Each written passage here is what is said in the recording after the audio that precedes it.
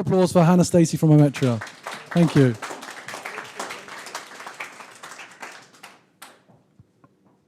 Has anyone here heard of Neville Longbottom? You know, the guy from Harry Potter, he's Gryffindor. He's got a pet frog, toad, called Trevor? No, you're not that Harry Potter geeky. Okay, cool. So, yeah, you might be aware of Neville Longbottom as a person, as a proper noun.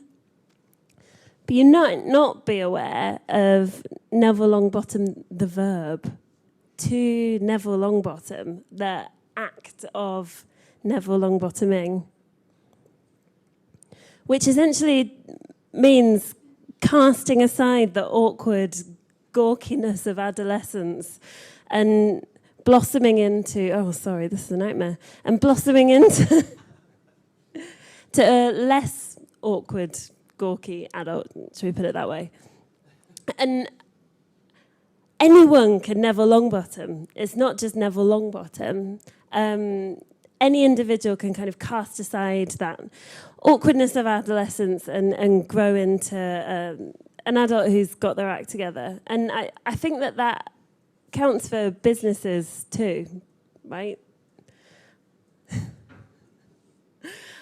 Especially if you're in between those stages of like startup and scale up, there comes a time to get your act together. But in this sense, Neville Longbottoming as a person is a kind of natural process, whereas Neville Longbottoming as a business is a decision and a real process that you have to go through. So I want to talk to you today about the kind of 6-step Neville Longbottoming rebrand process that we've just been through. We've learned so many lessons along the way that I think are really repeatable for other businesses. So hopefully this will be helpful if you ever decide to go down the path of a rebrand. Oh, sorry, my fonts didn't come through. That's a bit embarrassing for a rebrand presentation. But anyway, the minus one question you need to ask is, do you even need to rebrand in the first place? For us, it became blindingly obvious. This is us, and these are our 3 competitors. And people in our space just seem to develop this. Oh, am I out of time already? Develop this penchant for like purple to blue gradients and vector images and these kind of splodgy things. And market differentiation was a really big deal for us. So yeah, for us, that was the moment when we realized that we needed to go through this rebrand, but there are more. The first is you look like everyone else. The second is that like your brand identity just doesn't feel right. It doesn't reflect you as a company. The third is that it's out of date. I mean, I've got to be honest, our old logo looked like it had stepped out of the 80s. There's also this issue of brand consistency, and if it turns out that you find out your sales team is sending out sales decks that look completely different to your website, that look completely different to your customer success pitch decks, then that's probably a sign that you need to take action. And the last one, it might not be the main reason, but if you're going on a hiring spree, really thinking about your brand identity can get people excited. The main thing we learnt along the way is it's not about you. It's not about the look that you want to go for, even though like a rebrand is a really exciting project. It's not about the colours that your boss likes. It's not about the fonts that you like. Like, it's really important to go through a proper process here. So this is what we did.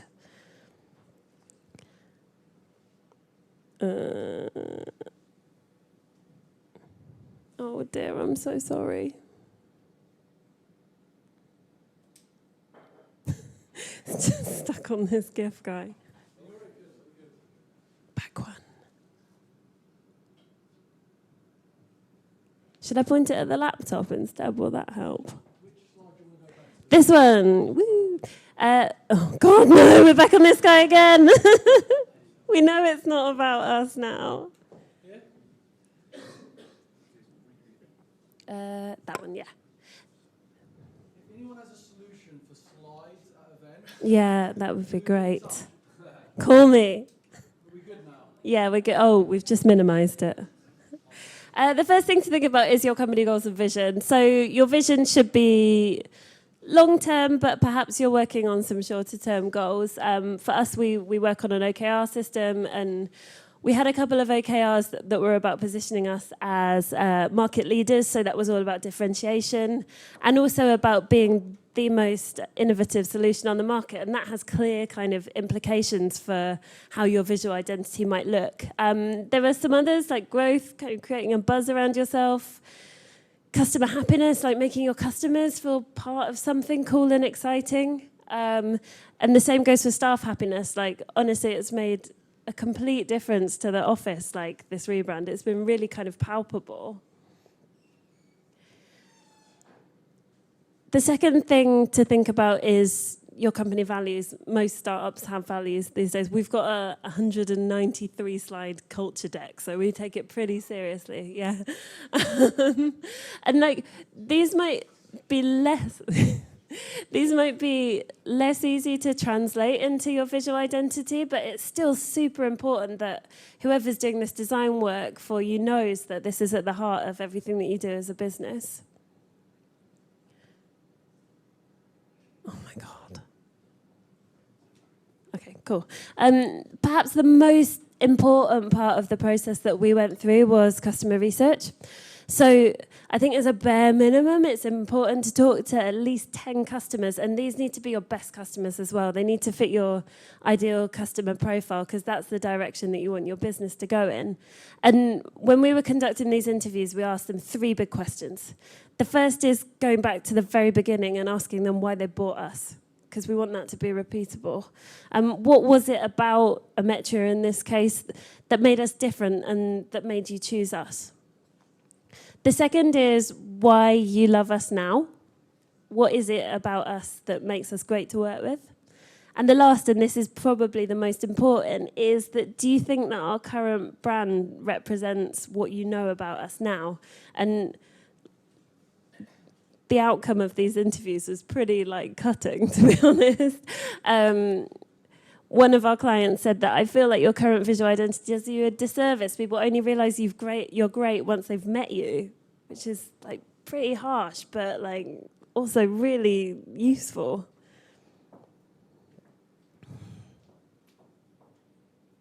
Oh, whoops. Someone else said, I don't think your current identity shows that you're forward-thinking and you're friendly and you're fun. And those elements, that friendliness, that fun, is something that you can definitely kind of transfer forwards into a visual identity.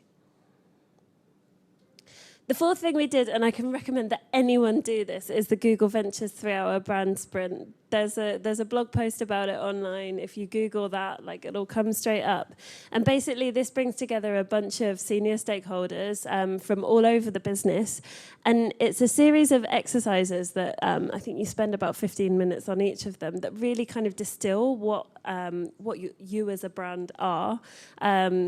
You set out a 20-year roadmap. You talk about the what, why, and how of what you're doing. You think about company values and audiences. But most importantly, you do this exercise that's around personality sliders. And actually, the output of this was so useful in our rebrand, because it causes you to think about how all of these different characteristics play off. And this was so useful to give to our design partner and direct him. The last thing is find the right design partner. We found this guy called Ed. The reason why we picked a design partner rather than me doing this myself is self-evident, because I tried to cut around him and completely failed. But yeah, I could do a whole talk about finding the right design partner to do a rebrand, but I think you can really distill it into a few pointers. The first is finding someone with a portfolio that kind of matches what you're looking to do, and awards and Dribble really good places to start for that. The next is someone with good project management skills. It's likely you're going to have to be answering into possibly the SMT on this project, so you need someone who's organised and able to stick to deadlines. Thirdly, you need someone who's excited by your brief, and all of those stages before make up that brief to them and research. And then you also need to set out clear deliverables in this. So like when you're talking about brand, it can seem a little bit kind of warm and fluffy. But what we agreed on was that we'd be delivered a kind of brand Bible that set out our entire brand, from colours to fonts to logo to illustration styles, etc., etc. And lastly, if it all works out, hire them. This guy's going to come on board next month as our creative director and be in charge of the brand identity going forward. The last stage is rolling it out, and this is a time to be really organised, because if you're anything like our business, there are so many bits of collateral all over the business that people are creating on a daily basis, creating the kind of document apocalypse. So what we did was speak to each department, figure out what they were sending out into the world, and then prioritise it. My biggest bit of advice is create as many templates as possible, and we transfer them all into Google Slides and Google Docs, because then your business can start creating stuff that's in this new image.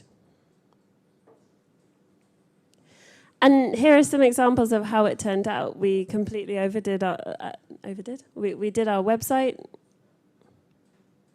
We transferred this across our entire content marketing, and this pattern is everywhere now. We call it the hipster onion. We have jazzy watermelons too, which sounds a bit dodgy.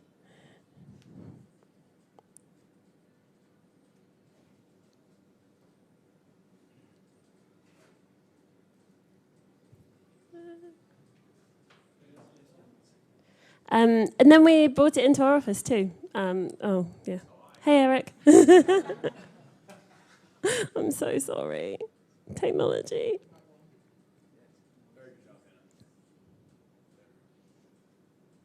Yeah, we brought it into our office too, because it was really important to get the team excited about this new brand.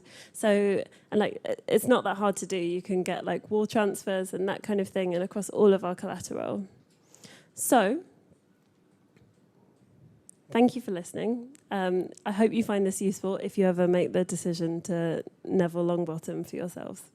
Thank you.